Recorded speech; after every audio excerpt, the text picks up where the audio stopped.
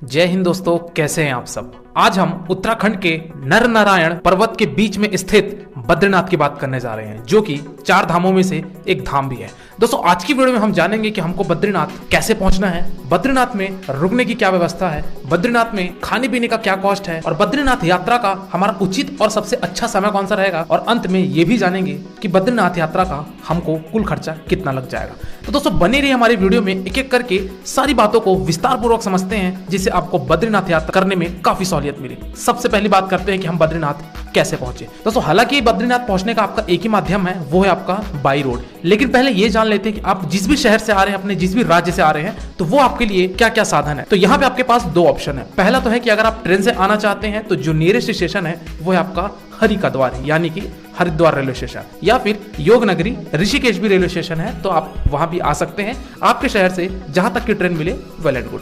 दूसरा ऑप्शन है दोस्तों, अगर आप फ्लाइट से आना चाहते हैं तो आपका जो नियरेस्ट एयरपोर्ट है वो है आपका देहरादून, तो आप देहरादून आकर बद्रीनाथ पहुंच सकते हैं। अब बात करते हैं कि हमको हरिद्वार से या फिर हमको देहरादून से बद्रीनाथ की यात्रा कैसे करनी पड़ेगी और हमारे पास क्या क्या साधन है। तो दोस्तों यहाँ पे आपके पास केवल 2 साधन है। पहला साधन तो ये जो कि सबसे सस्ता है वो है आपका बस का। दोस्तों वहां पे सरकारी बसेस चलती हैं और कुछ प्राइवेट बसेस भी चलती हैं, तो आप बस के द्वारा बद्रीनाथ पहुंच सकते हैं। सबसे पहली बात करते हैं कि हरिद्वार से लेके बद्रीनाथ की जो दूरी है वो आपकी 315 किलोमीटर की है, और ये 315 किलोमीटर की दूरी तय करने में आपको लगभग 10 से 11 घंटा बस का सफर हो जाता है।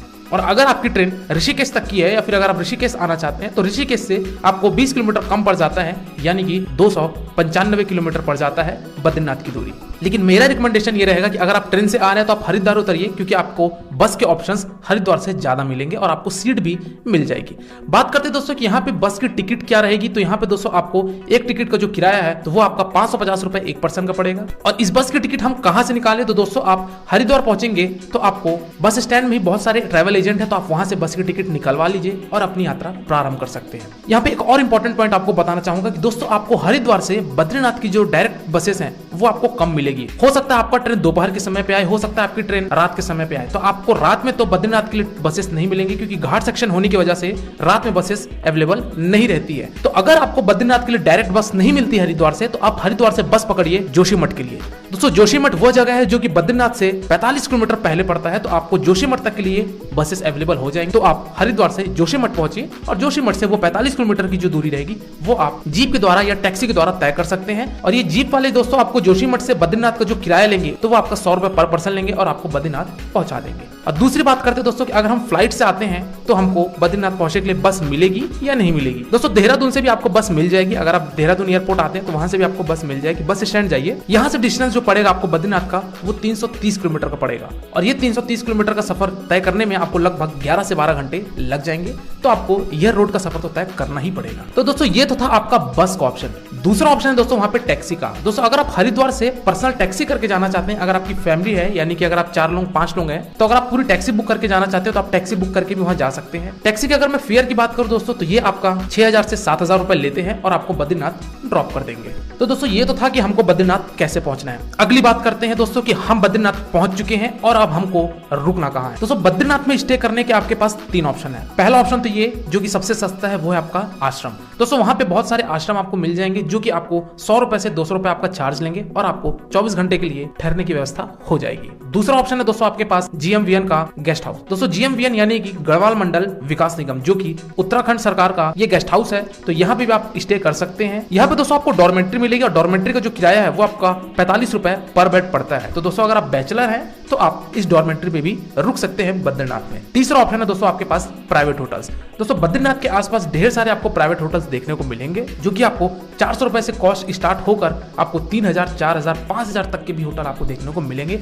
ये निर्भर करता है कि आप किस समय बद्रीनाथ जा रहे हैं। हमको बद्रीनाथ कब जाना चाहिए अभी हम आगे बात करते हैं। चलो दोस्तों अगली बात करते हैं कि हमको अब बद्रीनाथ में खाने पीने की क्या व्यवस्था है। दोस्तों बद्रीनाथ में आपको खाने पीने की ढेर सारे वहाँ पे फैसिलिटी है, जो कि आपको 80 रुपए से लेके आपको 150 रुपए 200 रुपए तक की थाली देखने को मिल जाएगी। और आपको वहाँ पे साथ ही साथ north Indian food, south Indian food, हर प्रकार का वहाँ पे भोजन उपलब्ध है। तो दोस्तों ये तो था आपका रुकने का और आपके खाने पीने की व्यवस्था। चलिए दोस्तों अब बढ़ते हैं हम बद्रीनाथ के दर्शन करने की तरफ, यानी कि विष्णु जी के दर्शन की तरफ। दोस्तों दर्शन करने से पहले हमको क्या क्या चीजें करनी है हम उसकी बात कर लेते हैं। दोस्तों दर्शन करने से पहले आपको स्नान करना पड़ेगा। कहाँ स्नान करना पड़ेगा, तो मंदिर के पास ही बना हुआ है एक तप्त कुंड। तप्त कुंड दोस्तों यानी कि यहाँ पे गर्म पानी का कुंड है। स्नान करने से पहले ये देख लीजिएगा कि यहाँ का गर्म पानी आपको सहन हो पाएगा या नहीं। अगर हो पाता है तो आप डुबकी लगा सकते हैं, अन्यथा आप जल छिड़क कर भी। बद्रीनाथ का वातावरण इतना ठंड होता है कि आपको तप्त कुंड में स्नान करने का मन जरूर करेगा। दोस्तों तप्त कुंड में स्नान करने के बाद हम बढ़ते हैं अब दर्शन के लाइन की तरफ। दोस्तों हम दर्शन क्यू में लगने से पहले एक चीज हमको और ध्यान रखना है कि हमको मोबाइल कैमरा अलाउ नहीं है मंदिर परिसर के अंदर ले जाना। तो हम मोबाइल कैमरा को अपने होटल में रख दें और हम बद्रीनाथ के दर्शन की तरफ बढ़े। दोस्तों हम लाइन में लगते हैं और हम जैसे कृष्णा जय गोविंदा का नारा लगाते हुए हम बद्रीनाथ के दर्शन करते हैं, अपनी मनोकामनाएं मांगते हैं और हम मंदिर परिसर से बाहर आते हैं। दोस्तों मंदिर परिसर के बाहर जब आप आएंगे तो वहां पे एक बना हुआ है ब्रह्म कपाल। दोस्तों ब्रह्म कपाल यानी कि यहाँ पे होता है पितृ पिंडदान। तो जो भी व्यक्ति पिंडदान करना चाहता है तो वो इस ब्रह्म कपाल में जाकर पिंडदान कर सकता है, जो कि तप्त कुंड के ठीक पीछे बना हुआ है। चलिए दोस्तों अगली बात करते हैं कि हमको बद्रीनाथ कब आना चाहिए और हमको कितने दिन का स्टे बनाना चाहिए। सबसे पहले तो ये जान लेते हैं दोस्तों कि बद्रीनाथ का कपाट कब खुलता है। दोस्तों बद्रीनाथ का कपाट खुलता है मई महीने में, यानी कि अक्षय तृतीया के समय पे बद्रीनाथ के कपाट खोल दिए जाते हैं। अगर मैं इस साल की बात करूं दोस्तों तो 2021 का जो कपाट खुलेगा वो आपको 18 मई को ओपन होगा। और ये कपाट जो बंद होता है दोस्तों ये आपका कार्तिक पूर्णिमा के समय यानी कि अक्टूबर के आसपास ये कपाट बंद हो जाता है और उसके बाद अगली कपाट अगले साल के मई महीने में खुलता है। इसका कारण ये है कि वहाँ पे हैवी स्नोफॉल होने के कारण रास्ते और मंदिर पूरी तरीके से बर्फ से ढक जाते हैं, इसलिए यहाँ कपाट बंद कर दिया जाता है। तो दोस्तों ये 6 महीने में हमको सबसे बेस्ट समय कौन सा रहेगा बद्रीनाथ जाने के लिए उसकी बात करते हैं। दोस्तों मई महीने में और जून महीने में ये 2 महीने में आपको काफी ज्यादा भीड़ देखने को मिलेगी, क्योंकि ये समर वेकेशन का समय होता है। तो इस समय पे अगर आप आते हैं तो आपको यहाँ पे भीड़ भी देखने को मिलेगी। आपको दर्शन में 3 से 4 घंटे लाइन में भी लगना पड़ेगा और साथ ही साथ यहाँ के होटल के कॉस्ट भी काफी ज्यादा हो जाते हैं। लगभग आपको 1000-2000 रुपए तक के एक दिन का होटल मिलता है। तो अगर आप इन सब चीज से बचना चाहते हैं और अगर आपके पास समय पर्याप्त है तो आप सितंबर या फिर अक्टूबर महीने पे आइए। दोस्तों ये 2 महीने जो है ये आपको न ही वहाँ भीड़ भाड़ देखने को मिलेगी, न ही आपको वहाँ पे होटल के कॉस्ट ज्यादा देखने को मिलेंगे और साथ ही साथ आपको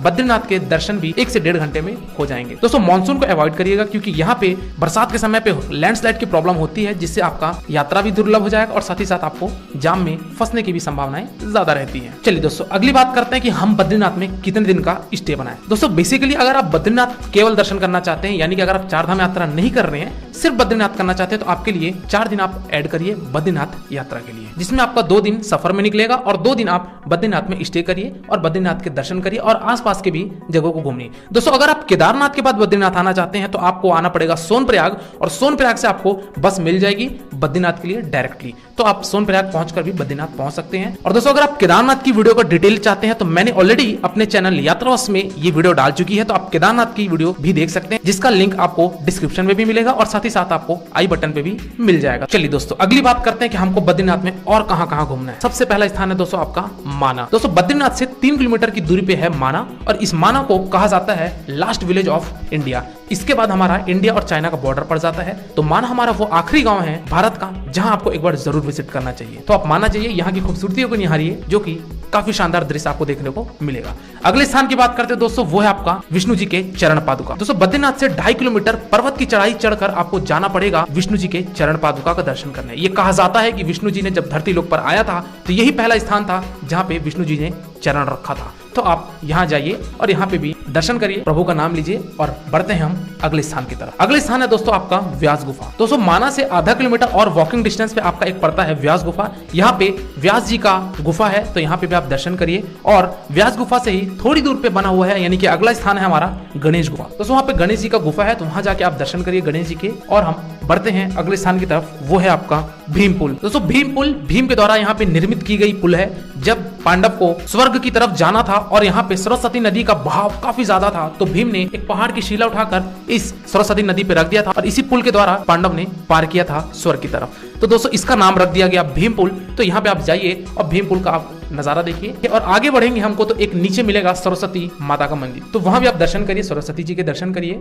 और आप 15 मिनट के और पैदल डिस्टेंस आगे चलेंगे तो आपको एक मिलेगी दुकान। दोस्तों ये ऐसी वैसी दुकान नहीं है, इसका नाम है हिंदुस्तान की अंतिम दुकान। दोस्तों ये दुकान चाय नाश्ते की है, तो यहाँ पे एक बार आप चाय का स्वाद जरूर लीजिएगा, ताकि आपको ये मेमोरी हमेशा के लिए याद रहे कि हमने हिंदुस्तान के अंतिम दुकान में चाय पी थी। तो दोस्तों ये सारे स्थान थे जहाँ पे आपको बद्रीनाथ में विजिट करना है और आपको बद्रीनाथ का इस तरीके से दर्शन करना है। चलिए दोस्तों लास्ट बात करते हैं कि हमको बद्रीनाथ बद्रीनाथ यात्रा का कुल खर्चा कितना लग जाएगा। दोस्तों अगर आप बद्रीनाथ केवल यात्रा करना चाहते हैं और अगर आप 4 दिन बद्रीनाथ यात्रा के लिए लेकर चले हैं तो यहाँ पे जो एक पर्सन का कॉस्ट आएगा वो आपका 3000 से 4000 रुपए तक का आपका बद्रीनाथ यात्रा कंप्लीट हो जाएगा। दोस्तों इस कॉस्ट में मैंने आपके किसी भी तरीके के आपके ट्रेन की टिकट, फ्लाइट की टिकट को ऐड नहीं किया है। यहाँ पे मैंने आपके हरिद्वार से बस का किराया, बद्रीनाथ में होटल्स के फेयर, वहां पे खाने पीने का और वहां पे घूमने के जो कॉस्ट आएंगे वो आपका प्रति व्यक्ति लगभग 3000 से 4000 रुपए में आराम से हो जाएगा अगर आप 4 दिन लेकर चलते हैं तो दोस्तों आपको समझ में आ गया होगा कि हमको बद्रीनाथ कैसे प्लानिंग करनी है और हमको कैसे यात्रा करना है। अगर इसके बावजूद अगर आपको कोई क्वेरी है, अगर आपको कोई डाउट है तो आप मेरे इंस्टाग्राम